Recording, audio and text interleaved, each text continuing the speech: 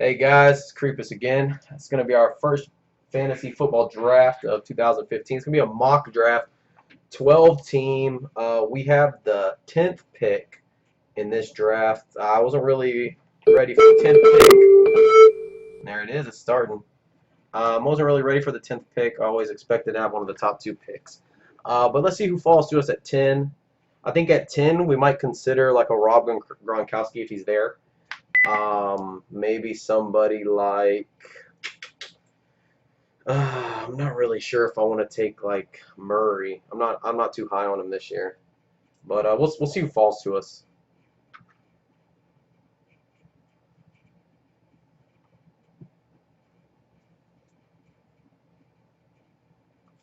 So everyone's joining right now. There is a few players that I really like, and a few players that I think are a little overvalued. I think that people are underestimating the loss of 2 games for Le'Veon Bell. I hear some people saying they're still going to take him number 1 or maybe even number 2 overall. And actually, if you look right here, they have him listed as the number 1 player in fantasy football. But I find it hard to believe that somebody who's going to miss guaranteed 3 games or 2 games is still going to be number 1 on your draft board. Maybe like after the 5th pick, if you're like the bottom 6 through 12, I would see him. But you would consider like a number 1 pick as someone who you really expect to play every game the whole year and put up numbers. So, and PPR matters. The actual points per touchdown matter too. If it's a 6 or a 4 for the passing touchdowns for quarterbacks, take that into consideration because then that values quarterbacks a lot more. The first quarterback I would have off my board would be 100% Andrew Luck. There's an argument for Aaron Rodgers, but Andrew Luck to me seems to put up fucking big numbers all the time. So he would be my number 1 wide receiver or quarterback. My number 1 running back is Adrian Peterson. I have him number 1, followed by Jamal Charles, and then some combination of Marshawn Lynch, C.J. Anderson, Eddie Lacy, whoever you prefer. And then that's where Le'Veon Bell comes in around number 6. I could see him going ahead of Forte or Murray. Even some wide receivers, Demaryius Thomas, Des Bryant, Beckham Jr., and those guys. Now you just know when Le'Veon's in, he'll produce, but that missing the first 2 games to me seems like a pretty heavy price tag to pay for your number 1 overall pick. I have no idea what that beeping is, and I will try to stop it. But here comes the first pick. All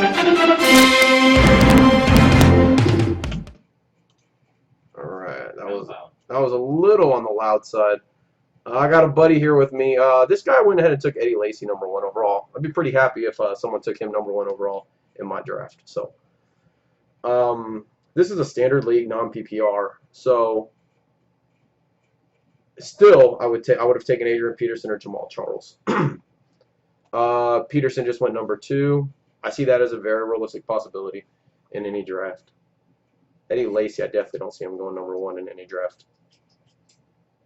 He finished fine last year, but it seemed like whenever he was needed in games, he didn't show up all the way. Not as much as Bell did.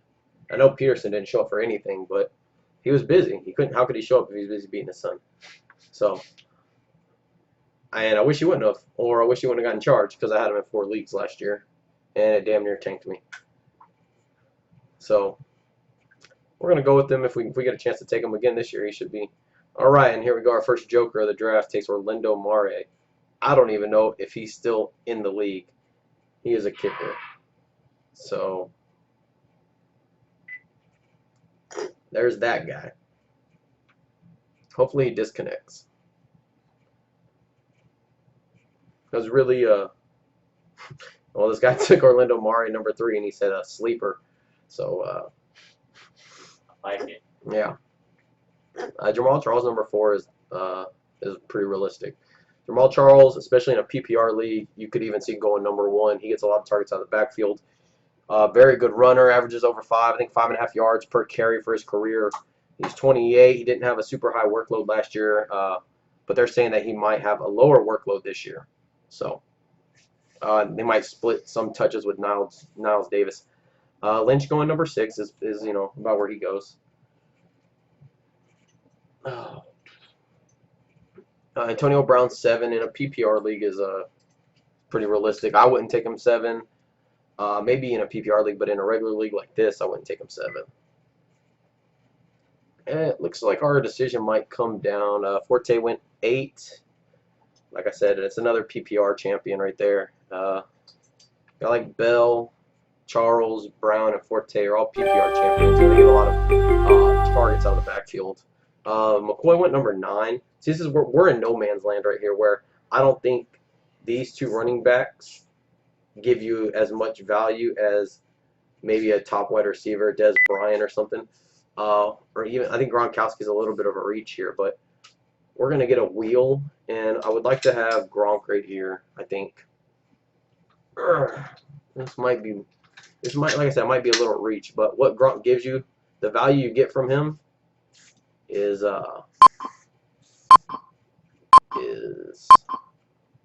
higher than the value you would get between C.J. Anderson, DeMarco Murray, and then the next level of running backs, Jeremy Hill. That's just my opinion. I mean, Murray and Anderson are above, not too far above Hill, but they're above Ingram for sure, and Alfred Morris. But the level that they're above them isn't as much as Gronkowski is above the next tight end. Because the next tight end is, I mean, shit, look down this list. Where is he? Jimmy Graham in Seattle. And I know someone hurt their hand the other day. I'm not quite sure who it was.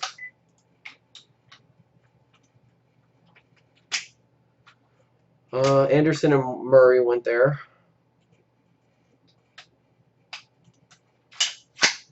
This is the quarterback we want, but taking him number 20 overall would be quite a bit of a reach. I mean, number 14 overall would be a reach. The only problem is we don't take him 14 overall, we're not going to get a shot back at him until number 30. And Aaron Rodgers just went ahead of Luck, which they have him ranked ahead of Luck, but I still think that Andrew Luck is going to have the better fantasy year this year. So we got the next pick, huh? I think there's a lot of value to be had at wide receiver. I mean, Calvin Jones at number 18, or Calvin Johnson at 18.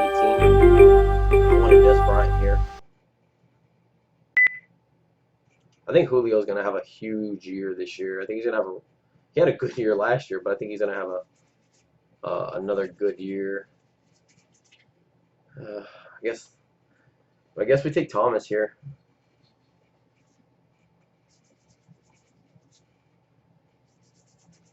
I guess Thomas is the pick.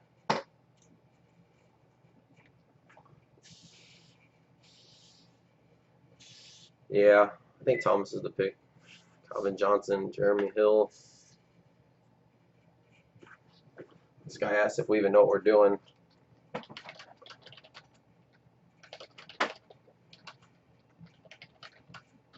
I said to that guy, sleeper. He asked me if I know what I'm doing. I said, well, I was going to take Olindo Mare, but someone already took him. So, What do you say? I don't know. He hasn't said anything. He hasn't responded yet. That's my buddy Torres. He's back here. What up? He's an idiot. What's up? But we're doing this fantasy football thing again this year. We're playing, I think, in 3 or 4 leagues. So one's going to be an auction league. One will be regular snake league. And then the third, Brandon's league is going to be snake league as well? Yeah. Snake league as well. So 2 snake leagues, 1 auction league, and then, 3 auction leagues, 1 snake league. That's going to be what we're going to be in this year. We're probably going to record them all. Stay tuned. Yeah, I'm going to record all of them live, because the auction league I'm going to record live. So that should be pretty interesting for everyone who doesn't know what auction leagues or have never done an auction league. So I'm gonna wear like a GoPro while we do it. So it should be pretty cool, interesting to see. Also, we're gonna record the other drafts, stuff like that. We do a lot of fantasy football stuff. We don't just do fantasy football. We'll do like we do other games, record them, stream them, stuff like that. Oh, I like number 22 overall, Aaron Hernandez, just in case he gets out. Is that the goofball guy? Yeah. So now that guy's team's looking pretty good. He has a Linda Mari, a kicker, and Aaron Hernandez. So you can go ahead and just cancel out those 2 picks. He's trying to sabotage us. He's sabotaging himself. No, he's trying to sabotage us because he doesn't want us to practice for the season. You're right. This guy's getting in. What this guy's probably doing is going into every draft and then just taking stupid picks. That way, you don't get to see what picks are really going to be available when it comes your time. He's a genius. Andrew Luck went 18 overall. All right, so now that Aaron Rodgers and Andrew Luck are off the board at this point, we are probably not going to look at a wide quarterback until at like round 7 or 8. I think there's really good value in quarterback. If you're not in that top 2 contingent, I think you could get someone like Drew Brees, Peyton Manning. I know people are saying his arm looked dead last year, but in camp this year it's saying it's looking live again. You got like Drew Brees, Peyton Manning, Phillip Rivers, Tony Romo. I know a lot of people don't like Romo per se, but he is a fantasy value. He is fantasy value and fantasy stud. Russell Wilson's still on the board. I mean, there's Matt Ryan still on the board. Cam Newton. You know, if he remembers how to play quarterback, he can come back. You know, so there's a lot of value. Those guys took Donovan McNabb. This guy's team is looking pretty good. There's a lot of value at quarterback this year. A lot of value. I think the least valued position this year is going to be the position where the value drops off tremendously is going to be running back, which is pretty much every year. You have your top 4 or 5 running backs, and then what you get after the first 4 or 5 to the next 5 through 10, it drops off significantly. And but quarterback, you have like the top 2 guys, and then the next 10 guys. So if you're not in for those top 2, you need to be in for that middle 10, which then it seems like you're going to get a pretty decent quarterback no matter what. Wide receivers, a lot of you're going to get a lot of value in wide receiver too, because wide receivers is pretty deep. So like I said, a lot of value there. Tight end has a huge drop off. It goes Gronk, space, Jimmy Graham, Greg Olsen. I know I'm forgetting someone else, another big name, but Jimmy Graham, Olsen, and Demaryius Thomas is not Demaryius Thomas. Julius Thomas is the one who broke his hand, so he's out for the rest of training camp. So I don't know how that's going to affect him come season time. But I like Lamar Miller here. I think that's a little early for him, but early 3rd round. But I mean, I think he's going to have a good year this year. T.Y. Hilton just signed a huge contract. Alshon Jeffrey is the #1 receiver up in Chicago, and now Kevin White's out, and they traded Brandon Marshall. So Jeffrey's going to see #1 targets this year, but he's also going to see #1 coverage.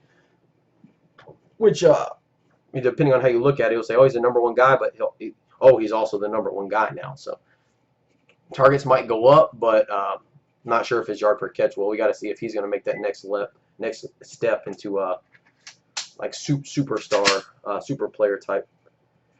Mike Evans, Jimmy Graham. I don't know what to expect out of Jimmy Graham this year, man. And Mike Evans too, because now he's with got Jameson on the ball, and Jameson looked a little interesting at his first set of games. This is where you start looking around at what's available here, because I'm not a huge Kelvin Benjamin fan. Hopkins, they got rid of Andre. They must believe, you know. So not really huge on any of these picks here. So we'll probably go with Justin Forsett. I think out of what's available here, I think he's going to be the guy. He had a revival last year. He was a journeyman running back and got to Baltimore. Was able to pick up there, and he just took off in that offense. So let's see if he can repeat last year. I believe Deshaun Jackson's injured too right now. If anyone's looking at him at all, I mean, he's way down there. Wouldn't be someone we'd be interested in for a while, but he is he was a big name a few years ago in fantasy football. So you got your guys like Todd Gurley who haven't played yet, still out, but are still looking like they're going to be the number one guy. TJ Yeldon is looking like he's going to take the number one spot in Jacksonville. But how valuable is a Jacksonville running back is the question. What's the ceiling for him? You know, he's a rookie. He's in Jacksonville. Jacksonville is trash. Jacksonville has nothing going for them. It's Jacksonville. I mean, they're in a division with Indianapolis, Houston, and the Titans, and they can't seem to leapfrog the Titans, who can't do anything right. So there's that. Melvin Gordon. I mean, how much do you value rookie running backs? Probably have a pretty solid year this year though in San Diego. San Diego with Phillip Rivers can air the ball out, so leave some room for him to do some damage. Frank Gore should have a pretty good year this year. Alfred Morris, man, he's that guy he's good. He has talent. He's a talented guy, but up in Washington, they have no fucking clue that you're supposed to leave your bell cow in and let him just fucking do work for you. They have no fucking clue. We're at pick. What pick are we? 39. So they got someone like they're projecting Russell Wilson to be a top 3 potential fantasy quarterback this year. We'll go ahead and lock up our quarterback situation. There we go for Carlos Hyde. I think we'll go ahead and lock up quarterback with Russell Wilson. Getting your quarterback in the end of the middle of the 4th round isn't too bad, especially for what they're saying is going to be the 3rd best quarterback in fantasy football this year, just because of the way he makes plays with his feet. So if you're looking at PPR stuff, you know, Brandon Cooks should do fine for you. Julian Edelman, they will be, you know, number 2 receivers on your team. The problem with players like Sammy Watkins, very good, very talented guy, but who's going to be throwing him the fucking ball? I can't even think of dipshit's name, their quarterback. So, should tell you something about that. We also, you do a little research before the season starts. You do a couple of these. It's nice to do them. Most of our drafts are after the 3rd preseason game because not many of the starters are going to play week 4, and you want to see at least 3 weeks before you start drafting players. Because I mean, you take somebody and they get injured in preseason, it's going to pretty much fuck up your fantasy football days. So, Edelman, Jordan Matthews should have a good year. They got rid of they cut ties with Macklin because they believe in Jordan Matthews. That up-tempo offense that Chip Kelly has put in should be good for everybody involved. DeMarco Murray, if he stays healthy, this is the big question mark with him. If he can stay healthy for a whole year, he could end up being the number 1 running back again. I mean, and if you're getting him in the bottom half of the 1st round, you could be looking at some kind of a fantasy football championship in your league. Being a Cowboys fan, just kind of despise the fact that he left us for the Eagles. He could have gone to any other team in the NFL, wouldn't have given a shit. But the Eagles is about where I draw the line. And it's hard to say, like, oh, you want to be objective and you want to not pick players based on who they play for. You want to pick on who's going to help your team win. But then you look at someone like that and you're just like, God, there's value is going to have to be really good for me to take him. So bottom half of the 1st round is where I'm going to have to take DeMarco Murray.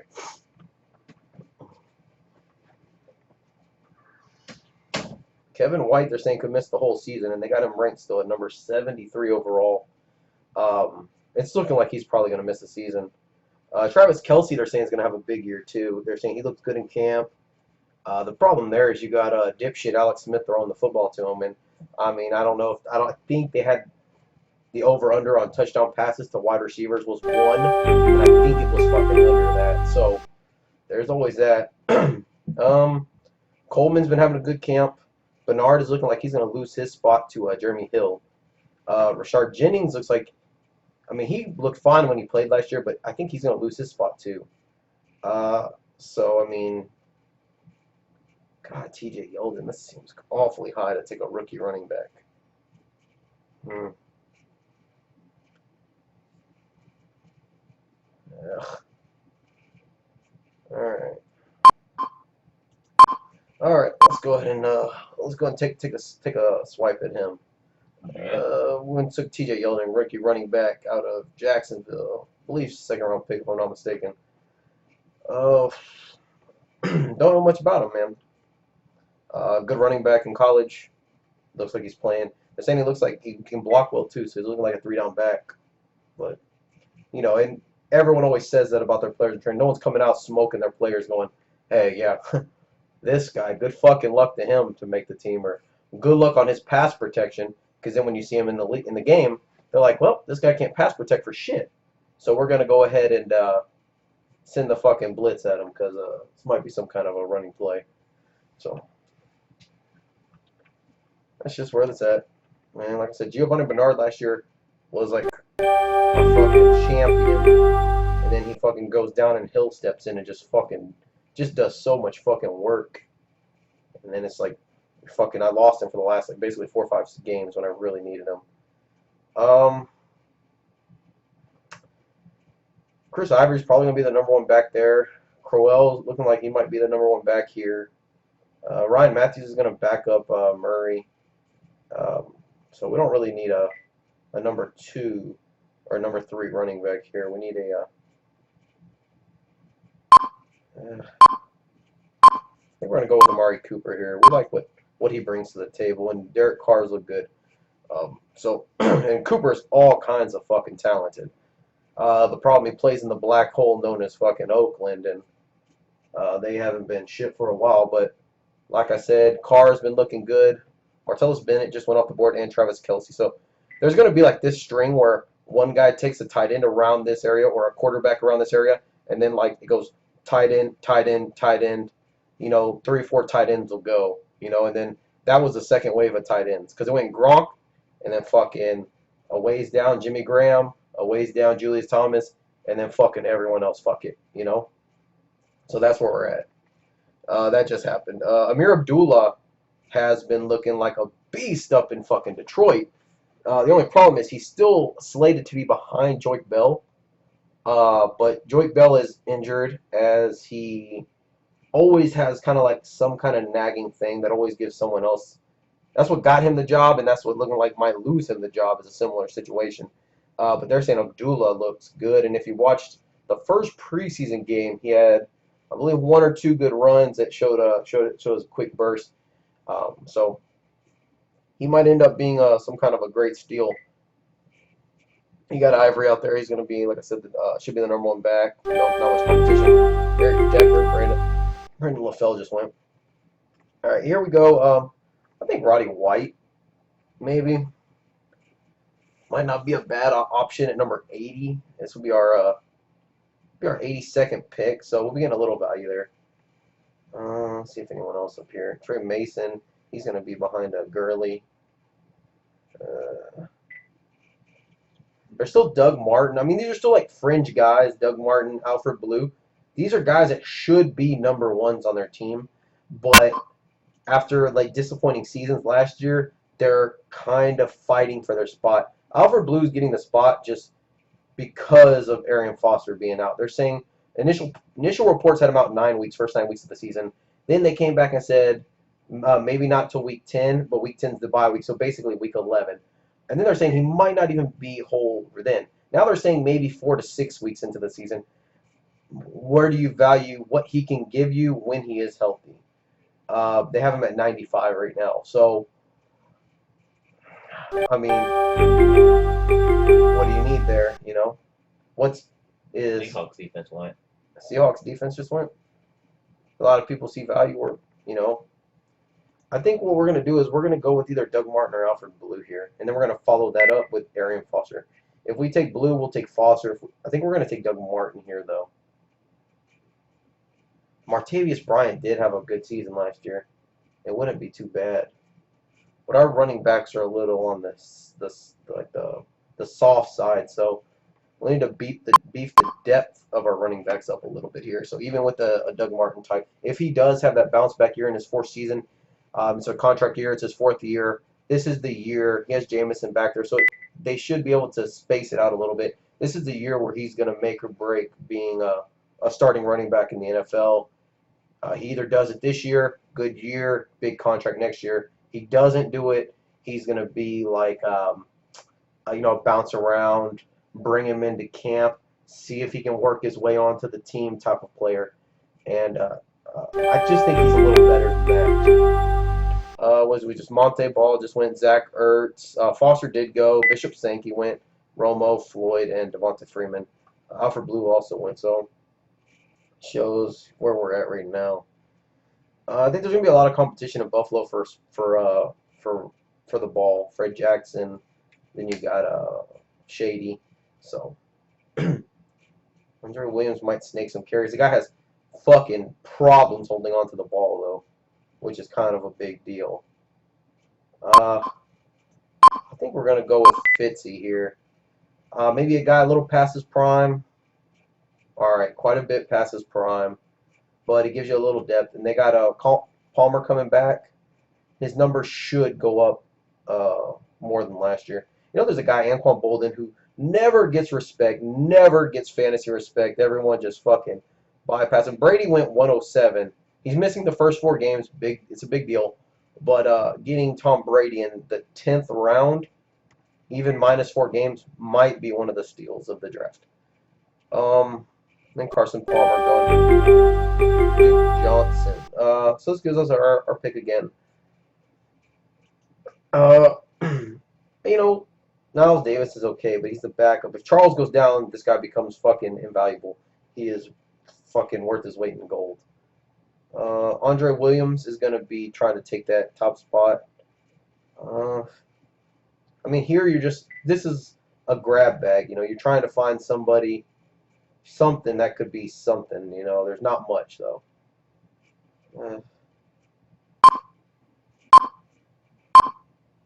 Take Victor Cruz. Fuck it. They have him down here near the bottom, so it looks like a little bit of a reach. But Victor Cruz, healthy Victor Cruz, playing opposite Odell Beckham Jr. with Eli. I'm not a big fan of him, but the one thing Eli does do is he throws the deep ball, and he doesn't give a shit who is covered and by how many fucking people, which is great for a receiver because he gives your player a chance to make fantasy points while throwing his fucking fantasy points out the fucking window. He's like, fuck me, fuck my players, my quarterback on whatever team I'm quarterbacking. Here's a fucking ball. Either you catch it or I lose 2 points off my fantasy because I'm gonna throw a pick. So it gives your wide receivers a little oomph. Dwayne Allen should be should see average tight end numbers. 1 week good, 1 week bad, 2 weeks bad, 1 week average, stuff like that. See a lot of that with tight ends. 130th, and there's Anquan Bolden. Everyone just keeps passing him up, and he finally goes. Texans D, I think, is going to be pretty good this year. So defense you could be looking at. We're going to take Danny Woodhead here. This guy is, I think he got injured last year, blew out his, I believe, his ACL or something, but he's the kind of player in a PPR league that can just, I believe, if he's going to be behind Gordon, I believe, then Gordon's not all the way healthy. They're going to throw fucking Woodhead out there to catch some passes, to run the ball. He's the kind of guy, he's going to snake fucking fantasy points from the starting running back. And then they don't want to start him, but he keeps doing enough, just enough that they keep saying, well shit, we got to get this guy in the game somehow. Put him in the slot, come him out of the backfield, hand him the fucking ball. He's just always going to have that. He's that kind of guy. He's a Darren Sproles type, but not as fast, but still shifty and still a way to get you points. And that's what he is. And that's why in a PPR league he's pretty valuable, especially in the fucking 11th round, 12th round. So here we are in the later stages of who gives a shit, right? Let's see what quarterbacks are left. You still got Tannehill, Eli. Philip Rivers is still there. Philip Rivers, look at the numbers he put up last year. These aren't bad numbers. Sam Bradford, if he stays healthy, I project he's going to have a better year than that. Running backs, I mean, you're in the garbage pail of running backs. These are the fucking grab bag. Pick one and good fucking luck to you, you know? Wide receivers. This is the kind of guy right here, Pierre Garçon, who this guy fucking talks like he's a #1 guy, but when he plays, he'll fucking flash it, and then he'll fucking talk about that flash forever. If he can fucking sustain the flash, he's going to be a kind of guy that you could plug in and, you know, as a flex guy or something, you know. It's just how he is, man. And at this point in the game, that's what pretty much everyone's going to be.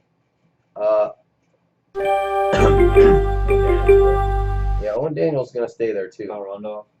Rudolph's going to stay there as well. I think Josh Hill is going to have a good year this year. I think he's, if you're looking for one of these tight ends way late, super late, almost fucking theft late, he's going to be that guy. He's taking over in Jimmy Graham's spot. He's still got Drew Brees throwing the ball. He's still going to be doing all that. So, might be someone you take a shot at. I guess Cowboys are going to be my defense. I think with the additions they made, they are going to be very hard to stop. Delaney Walker would not be a bad choice here either. That guy, the only problem is you got Mariota throwing the ball, and I don't know how much he likes to throw to his tight ends. New England running backs are fucking dangerous because Bill Belichick.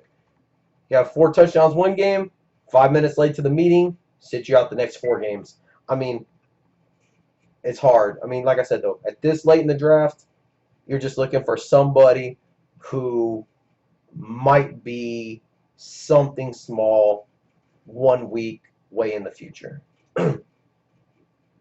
So our next pick is going to come of best available. And they're saying it's Jonas Gray and James White. No, thank you. We'll probably take a backup quarterback here. Let's see who's available. Take defense. We're going to take Phillip Rivers. Yeah, Rivers is going to be our pick here. Last year, 4,200 yards, 31 touchdowns, 254 fantasy points. How did Kaepernick Kaepernick's still on the board, I Yeah, believe. right He's down here somewhere. They're not expecting much from him. I mean, Matthew Stafford's still here too, so 4,426. This guy has all the fucking talent surrounding him and can't fucking do shit. This guy has the worst fucking mechanics in football, but somehow fucking does stuff. All right, guys. Our next pick is going to be a kicker and then a defense, and our draft is over. Leave some comments. Tell me picks you liked, you didn't like, places you saw players went, things that you saw differently in your draft, anything that you would like to see or know about or whatever. We'll post up some more. We'll do a few more of these videos. Just trying to get different draft position perspectives and people you draft with. Like I said, Cowboys defense is going to be my defense this year. And my kicker is going to be whoever the fuck's available. Because who gives a shit? Seriously. As long as it's not Randy Bullock, because that guy can't hit shit. We'll take Mason Crosby. They get into fucking field goal range. They score a lot of touchdowns. So there you go, guys. That's our team. Depending on how you value some of these guys, it looks really good. Some people might think it looked really bad. It could be one of those teams where it's like a real hit or a real miss type. So thanks for watching. Leave comments. And it's Creepus, man.